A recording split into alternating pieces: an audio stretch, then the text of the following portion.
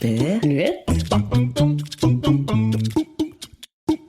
Bonjour à toutes et à tous et bienvenue dans ce nouvel épisode de En Vaucluse sur Esperluette, la rubrique qui vous fait découvrir des projets entrepreneuriaux, associatifs ou artistiques sur mon territoire, le Vaucluse. Je suis Marie-Cécile Drécourt, la productrice de ce podcast, et aujourd'hui, c'est plutôt des retrouvailles que je vous propose car mon invitée, Véronique Marguet, vous l'avez déjà entendue sur Esperluette il y a 4 ans. À l'époque, elle présentait l'association Force Cadre dans laquelle elle est toujours impliquée. Cette fois, je souhaitais qu'elle vous présente son activité professionnelle car elle fait un métier merveilleux, elle apporte de la couleur dans nos réunions, formations, échanges pour qu'ils soient plus simples, clairs et collaboratifs.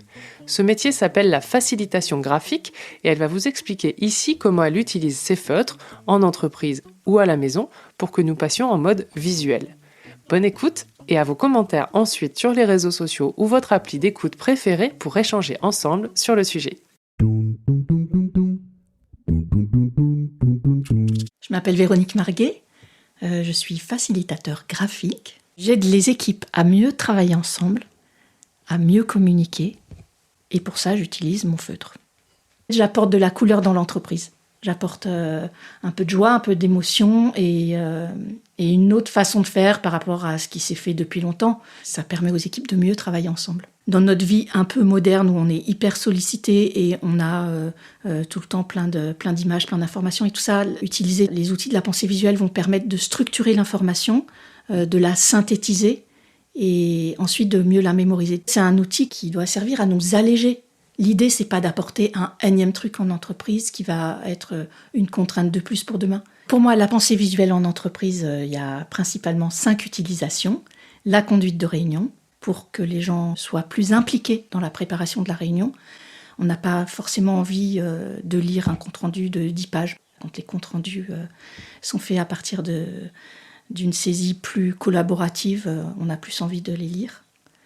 Dans le cadre de la gestion de projet, avant de faire un projet, on va explorer les différentes facettes du projet. Pourquoi on fait ce projet ? Donc la recherche de sens. On va aussi évaluer les risques. Et on va explorer les objectifs et les coûts. C'est une façon de se poser ensemble sur le sujet. Dans le cadre de la formation, je peux accompagner le formateur de 2 façons. Donc, soit je suis, par exemple, en co-animation physiquement présente dans une pièce, et en même temps, je prends des notes visuelles sur les points qu'on veut accentuer à ce moment-là. Et en fait, à chaque pause, on donne aux stagiaires un tirage de dessin qui vient d'être fait. Ça permet, après la pause, de se remettre dans le bain et surtout eux ça leur fait comme un petit cadeau, comme un ancrage en fait sur ce point de la formation. Et alors du coup j'étais amenée à le faire en version numérique et j'ai assisté aux formations en étant en train de dessiner et ça a été immédiatement diffusé à chaque pause et après envoyé aux stagiaires et en captation directe, en communication interne ou externe. Il y a du dessin, mais il n'y a pas que du dessin. On commence presque toujours par mettre les mots. Pour moi, ce qui est important, c'est d'explorer ce dont les gens ont besoin. Et cette phase d'exploration, pour moi, elle est primordiale parce que, en fait, c'est ça qui va faire qu'ils vont être contents après parce qu'ils auront eu ce dont ils ont besoin.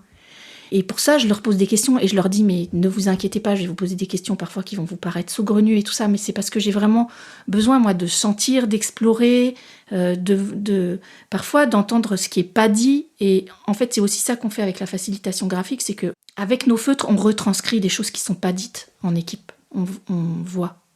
Et le fait de le poser sur un mur ou à distance des gens, en fait, d'un seul coup, ils s'aperçoivent, ah oui, vous l'avez vu comme ça. Mais non, en fait, on est tous ensemble, tout le monde travaille. Ben non, il y en a un qui est tout seul dans son coin, qui a envie de faire autrement et on ne l'a pas écouté. Et j'ai ce regard extérieur. Et c'est là ce qui fait facilitateur. C'est faciliter l'expression, la cohésion, le travail du groupe, la synthèse.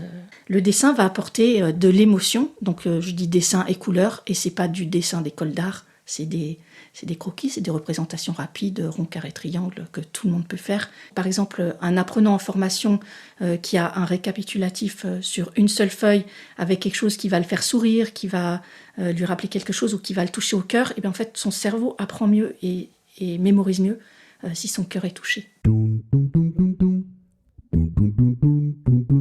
Ça ne convient pas forcément 100% à tout le monde. Mais par exemple, j'ai fait travailler dans une entreprise d'agroalimentaire des équipes projets qui étaient différentes. Il y avait 10 projets en même temps. Et chaque chef de projet avait des affinités. Il y en avait qui aimaient beaucoup les tableaux Excel, il y en avait qui aimaient beaucoup les idées nouvelles, et il y en avait qui avaient plutôt une pensée en arborescence. Et en fait, tout ce monde-là s'est réuni sous une seule façon de faire, mais qui pouvait se décliner de plusieurs façons. Donc en fait, on a mis en place un outil commun qui a été élaboré en collaboration par les gens, et ensuite chacun pouvait l'utiliser comme il voulait, mais sachant que les restitutions, elles avaient une structure pour que le dirigeant puisse par exemple suivre d'un seul coup d'œil où on en est sur un projet. Et donc on a créé cet espace. Ça a pris quelques séances qui étaient étalées sur quelques mois, mais du coup maintenant ça fait une façon de faire qui peut être transmise aux nouveaux, et voilà, une équipe qui déroule, comme ils disent. Il y a plusieurs manières de faire. Soit au début du projet, je vais être là et on va poser le projet. Donc moi, je vais juste être en train de dessiner ce qui se dit. Et on voit tout de suite l'interaction. Si on est d'accord, ah mais non, j'ai pas voulu dire ça, et ça peut permettre de préciser. J'ai cette casquette de coach qui me permet d'avoir l'agilité pour faire ça. Et après, si les équipes ont envie de travailler de façon plus légère, moi, je leur apprends comment faire, quoi. Donc, je fais aussi de la formation. Dans la vie, on a aussi des projets à gérer, qui sont des projets de déménagement. Alors ça, c'est pas tous les jours, mais ça peut être plutôt des projets de vacances ou des projets d'événements. C'est un moyen de fédérer la famille autour d'un projet en posant les choses ensemble sur le papier d'une façon plus ludique que de faire un tableau qu'une seule personne va gérer tranquillement dans son coin. Avec le dessin, on peut aussi se permettre de rêver. On peut explorer tous les pans d'un projet sur différents niveaux, et du coup, on avance comme ça, et ensuite on l'écrit, et ce qui est écrit, ça prend une réalité. Ça permet un recul, ça permet de s'y référer dans le temps, ça permet de réajuster si jamais il y a des éléments qui changent et des délais qui sont modifiés. Et tout le monde peut le faire parce que c'est en fait, ça ne demande pas des compétences artistiques. Et si vous aussi, vous mettiez des couleurs dans votre vie, pour passer en mode visuel, vous pouvez composer le 06 25 05 20 02 ou m'écrire véronique@coachandcom.fr. Vous retrouvez mes formations sur le site internet coachandcom.fr.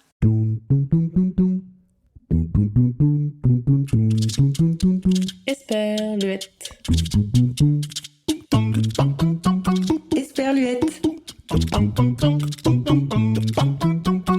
Esperluette.